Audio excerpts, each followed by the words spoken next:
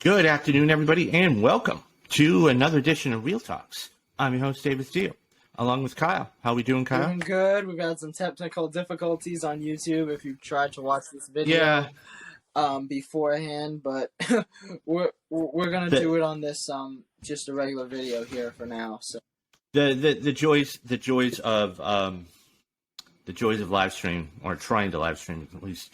Okay, so today's video, and like I said, guys, I've been trying to get this up and running, but what we're doing today is something I promised everybody for our first reactions, and that was the 2017 masterpiece, what I thought it was a masterpiece, Get Out. So before we dive right into it, when was the first time you saw Get Out? Kyle, do you remember? I believe I watched Get Out in 2019, and it was after I watched Us. I think Us was the first Jordan Peele film I had seen, and then I watched Get Out after that, because I remember going into Get Out, like, I have this thing when it comes to actors where I only see movies, well, back in the day, now it's changed, but back in the day, I would only see movies that I knew the actors who were in it. And in the case of Get Out, it has a lot of actors that now we do know, but back then they kind of were really starting to rise, and they hadn't quite made movies that, you know, you had seen before, like a Daniel Kaluuya, who I think at the time I'd only seen him in Sicario, and Allison Williams, who, I mean, she was on the show Girls, but I don't think I had seen her in anything, you know, prior to Get Out. And I think the two big stars at the time in Get Out were Bradley Whitford and Catherine Keener. But I still, like, I needed I needed a more reason to see it. I remember there were more reviews that came out that were really good, and I still never got around to seeing it. And then finally I watched Us, and I was really blown away by Us, so I think I went back and I watched Get Out for the first time, and I was equally as blown away with Get Out. Yeah, so finally. So my first Jordan Peele experience was Nope. And I knew of him. I knew he'd done Us, and I had heard amazing things about Get Out. And everybody I had talked to, including yourself and a bunch of other people, said, "How have you not seen Get Out?" And I said, "Okay, I know, I'll put that on the list and whatever." So as I was constructing this list of first-time reactions, I said, somebody brought this up to me, I think it might have been you, and said, "You have to see this." And I said, "Okay." And I bought it. I have got the Blu-ray over there, and so I said, it was just one of those things where it was still in the packaging too. It was one of those I was going to get to, and I finally did, and I'm glad I did. But boy, yeah, and it was just, talk about going out of the hitting one out of the park for your first time. Oh. I mean, the only thing I can equate it to, at least for me personally, is A Star Is Born for Bradley Cooper. Yeah, it's a good directorial debut, and just crushed it. I mean, the story had been told a couple of times. You know, the Chris Christopherson, Barbara Streisand version. You had the Julie Gardner, but this one was just, and you know, David, powerful. The two similarities with those is these are two actors that have been turned into directors. So it's also, I think, I don't know if it's luck, but I mean, you look at even Olivia Wilde, who came out of the gate with Booksmart. You have these directors that, actors, directors, Greta Gerwig with Lady Bird, that I think they really, at least when they're making these movies, they have had a lot of connections with other directors that have been able to teach them along the way. And I think that's what we see with Jordan Peele, because, I mean, people have a natural talent of direction, but you really, it's all about learning, too. And clearly Jordan Peele learned a lot when he made this movie, because this isn't just, you know, some okay first outing. This is a movie that was nominated for Best Picture at the Academy Awards, Best Director, And won Best and Screenplay. it won Best Let's Screenplay. not forget about that. Yeah. This won Best Screenplay. And the Oscar goes to Jordan Peele, Get Out. This is the first Oscar for three-time nominee Jordan Peele. He is also nominated tonight as director and producer of Get Out.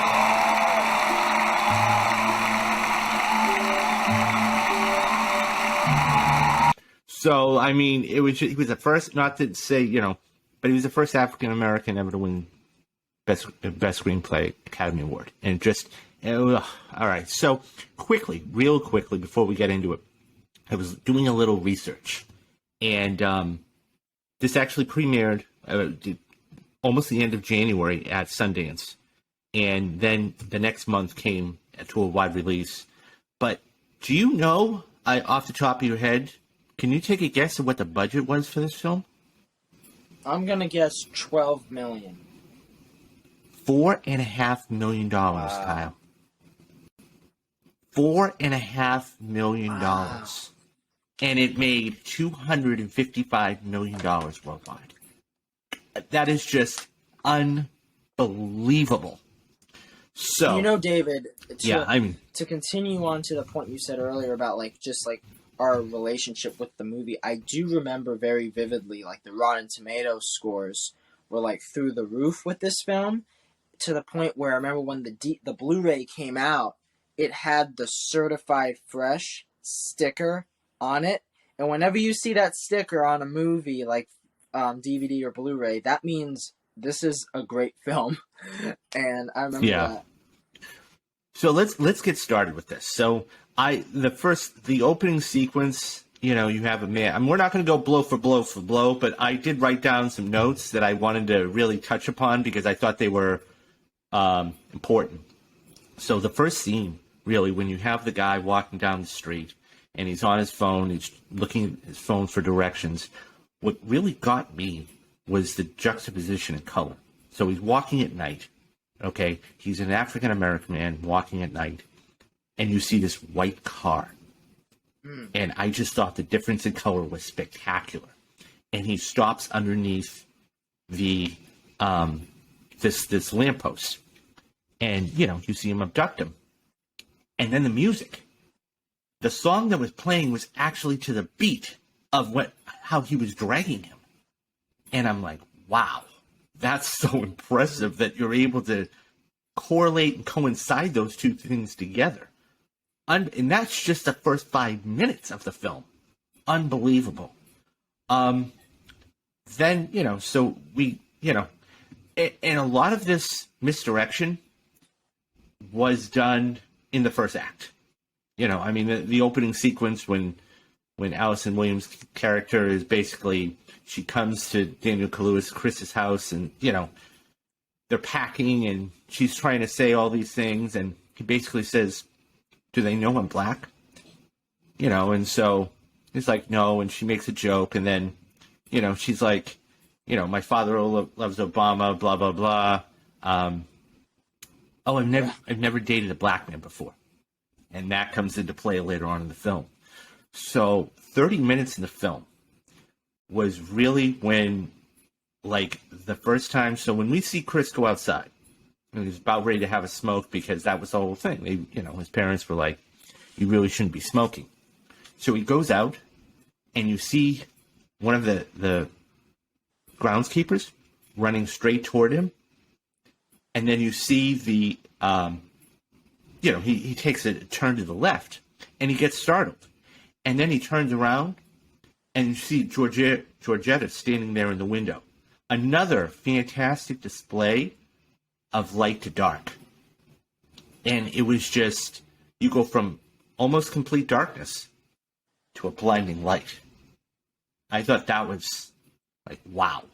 And it's just, what did you think about that and how he used, darkness to light?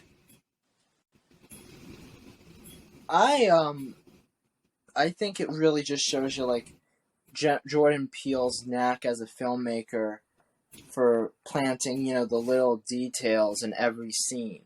Because as we've seen with both Us and Nope, at least especially what you have seen with Nope, you have a director that really takes his art seriously, and he really adds as much, layer upon layer and thematic imagery as he can, to the point where when you're watching the movie, you never feel like you're just watching a film made by a studio. You really do feel like you're watching a film that's intentionally made the way it is.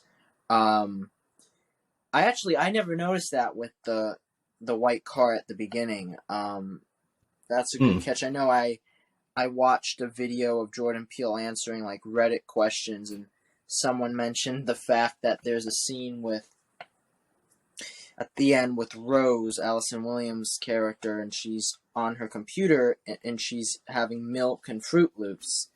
And someone mentioned the fact that, did you separate the colors from the white? And they wanted to know if that was intentional. And Jordan Peele says... That was a beautiful shot, by the way. Well, Jordan Peele says, no, we just had it because it was Fruit Loops and we thought it'd be fun, interesting to show how crazy she is. So I think that you might actually have some really good points there. I will say, though, I wonder what Jordan Peele would think, because when it comes to some of his imagery in the movies, they are, I think, sometimes coincidences, but they are still, I think, a lot of them quite intentional. But yeah, like, just to start at the beginning of the movie, I really love, because I had seen Get Out before. I think the movie works even better on a rewatch, because you start to realize as you mentioned, the misdirection. Because in the beginning of the film, you have this really great scene when they are pulled over by the police, and this cop walks up to... And I totally brushed over that, but yes, go ahead. Cop walks over to Rose, and then he asks for Chris's ID. And the funny thing is when it starts off, she's like defending him, right? And she's saying, "Oh, you don't need to see his ID. Why would you need to see his ID? What's wrong with you? Just get out of here." And then when you watch it again, you realize that she's not being defensive over Chris. She's actually trying to stop Chris from showing the police officer his ID, because if he does, then they could track Chris and they could tell that he was at this location with this woman. And that is something that on a rewatch, you're like, wow, this is entirely, because I will say the first time I watched it, I thought Rose was good. I didn't think that. Well, everybody did. I didn't think. So did you think she was also good? Oh yeah. I mean, she, everything about her displayed, how much she was in love with him, and, how much she cared about him, and everything else. And so even when she was getting mad, it was one of those things where, boyfriend, girlfriend fights. So you didn't think anything of it until the pieces of the puzzle were starting to be unraveled. So one thing that I noticed very, very early is the mother. Oh, go ahead. I'll say that when it comes to the character of Rose, I was reading this piece about how Jordan Peele is essentially subverting the white savior trope. So if you're unfamiliar with it, like, there's a lot of times in these types of either horror films, or you're talking about a situation where you have even like a lot of times, like in a slave film, like say 12 Years a Slave, there is a white savior. One white character in this movie that is a good guy, a guy that, respects, their black friend, or whoever is the main character of the movie. And in the case of Rose, you think at first maybe she will be that white savior. She's the one good person in the family. But the fact that at the end she isn't, that's brilliant, because it really shows you this entire family is whack and like just completely wacky and crazy and just messed up in all the most evil ways. But yeah, like, well, so you mentioned Catherine Keener as the mother. Yeah. So the mother, basically, I mean, one of the first things that, for anybody who's seen this was, I picked up on, I don't want to say picked up on it too early, but the stirring of the tea, with whether it was the iced tea out in the backyard or whether it was the tea that she was having in the cup. I said, okay, and this is when, brilliantly placed, by the way, when, she was talking about hypnotism, and how she can actually cure people and everything else. And they went back to his bad habit about smoking. And so, nonetheless, obviously this plays a huge role. And, so I went, there's some serious tension going on here. I mean, it's unsaid, it's unwritten, but you can definitely tell there is more tension building up in this scene than what you're seeing on screen. And I thought that was fantastic. Just in general, I gotta say, and we were talking about this earlier, this is one of the most brutally honest screenplays I have ever seen in my life. Mm-hmm. It was not only tight, it was not only just the dialogue was great, but it was brutally honest. I mean, Jordan didn't tiptoe around the fact that of the racism. He just didn't. He couldn't. Whether it was, that's the entire point. He couldn't. Whether it was, Chris and the father walking down, whether it was Dean and Chris walking down to the gazebo, or whether it was, anything like that. It was, when they died, parents died, we kept them on board, and it just, it's one of those things, stereotypical things where you think, okay, this is how it's all going to play out. And he even uses that line that Allison Williams says. He's like, oh, I would have voted for Obama and, for a third term if I could have. And it's like, okay, I see where you're going with this. And it just it wasn't just that scene, it lasted throughout the whole movie. And I'm like, wow. And then, so moving on. So that was the whole thing. The family was coming to... So, to go a little bit into, this movie is... I was also reading another thing about how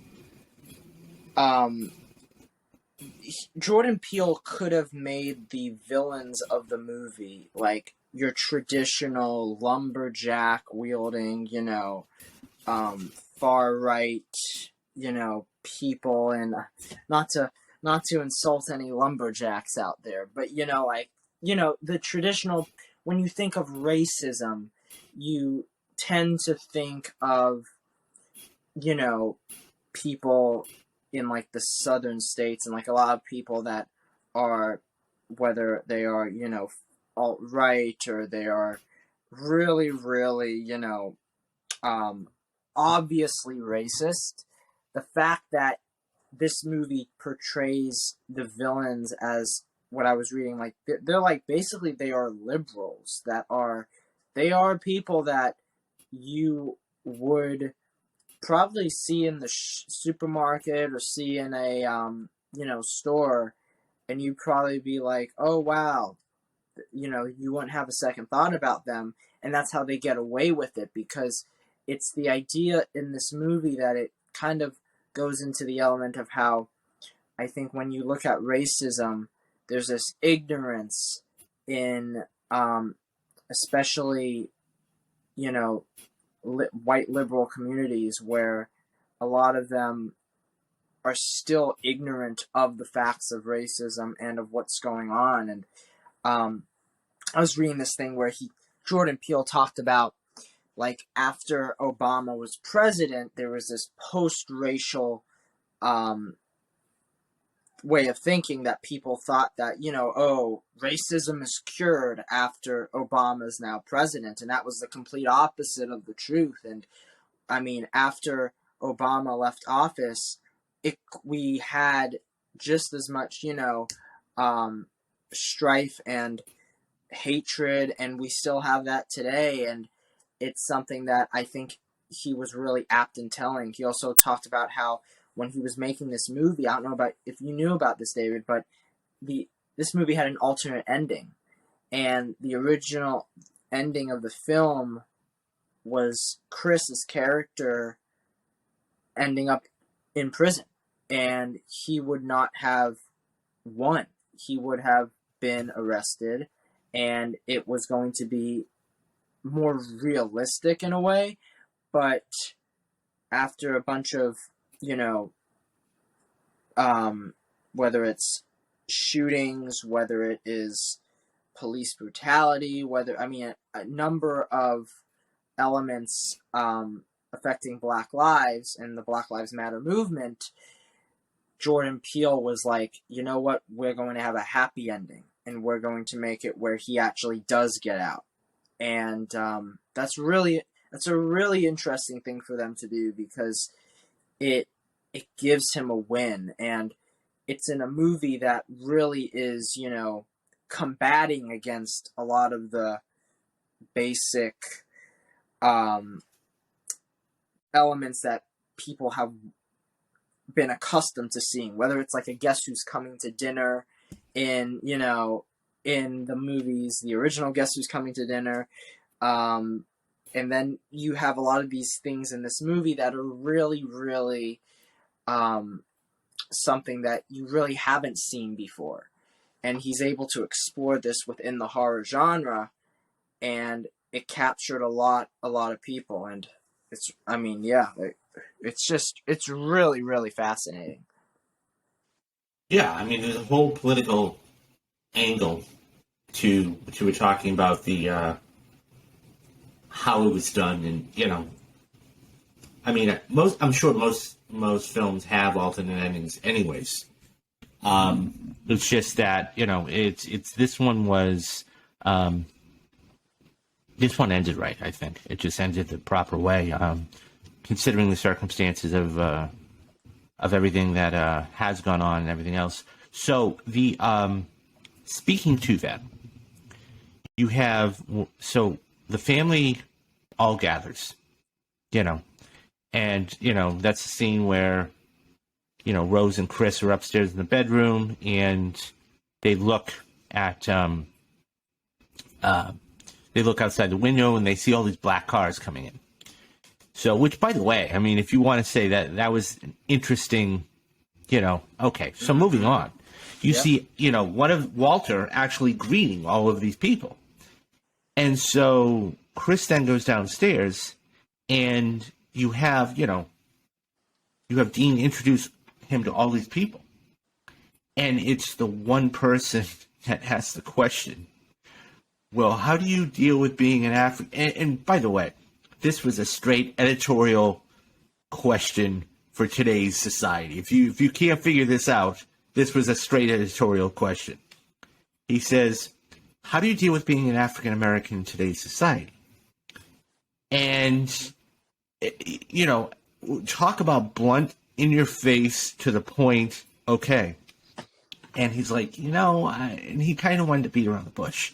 And Walter, who he had met a little earlier, okay, who was very, shall we say, strange or weird, or so he thought. And so Walter comes walking in, and he's like, oh, I'll let him take this. Why don't you take this? And so he gives, an answer that was very mundane, shall we say. And so, nonetheless, he snaps the photograph, and he completely freaks out. And by the way, we need to backtrack for a bit. I'm jumping the gun here. So when Chris walks in from having his little cigarette break or getting that scare, he sits down with Rose's mother. And this is when the whole thing starts. And she's sitting there in the dark, or so we assume is the dark. And she's like, come in and sit down, you know, let's talk. And so this is when the teacup and the spoon and the clanging of the spoon come in. And basically, she hypnotizes them, or so she thinks. Yeah. And so she, you know, the sunken hole. The sunken and, place. Sunken place, thank you. And so the sunken place, and that was genius. I mean, just, you're seeing it from his perspective. And she's way out there. And he's just falling. And it kind of reminded me of like The Equalizer. Remember when Denzel Washington goes into the Russian gang? And what he did is he zoomed in on his eyes. And he did the whole surrounding. Okay? And, he's like, okay, 19 seconds. And then he goes and basically kills 4 or 5 guys. You're seeing it from his perspective. And I thought that was genius. But yeah, that's when, he goes back and he tells Rose, I think your mother hypnotized me. And then she starts to be a little like, you're just paranoid type of thing. But so moving back to the scene with all the people, when he snaps a photograph, Walter flips out. And he's basically, the blood running down his nose. Oh my God.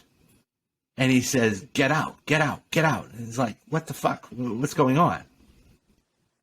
So then, she takes, the mother takes Walter back in the back room and, we assume re-hypnotizes Walter. And that was genius that every single person had a different way of being, not only hypnotized, but how it was that every single person had it broken. So you remember, the whole George G. Chris scene when the cell phone was unplugged. And you could see the tear running down her eye. Like, you kind of wonder if that was, broken, or if it was starting to get broken, or Walter actually having the flash snap, and his thing being broken. David, there is, and this is something, once again, I didn't realize until I was reading further into the movie, you have that, so whether it's Georgita wearing a wig, whether it is it Walter that's wearing the hat, like, you're talking about a bunch of these characters that, and also the groundskeeper / the grandfather of Rose, he's wearing the hat, and that's to cover up their scars. And that's going to do it for this episode. Stay tuned for part 2, which will be dropping very, very shortly. Guys, The Last of Us is upon us, and that means we here at the channel are going to be live streaming. It's going to be Kyle, Tyler, myself, and we're going to have a special guest for week 2. So tell your friends about us. Come back. Right after the episode, we're going to be live streaming. We want your thoughts. We want your opinions. We want any questions you guys might have about that. Also, guys, if you like this video or any of the other videos here on the channel, hit that like and subscribe button. It's the only way that I know that you're enjoying the content. And guys, leave me a couple comments. When was the first time you saw Get Out? Did you enjoy it? What other Jordan Peele films did you like? Okay, guys, do the 3 things we need to do. Be safe, be careful, and have a great day. I'm David Steele, and you have been watching Real Talks.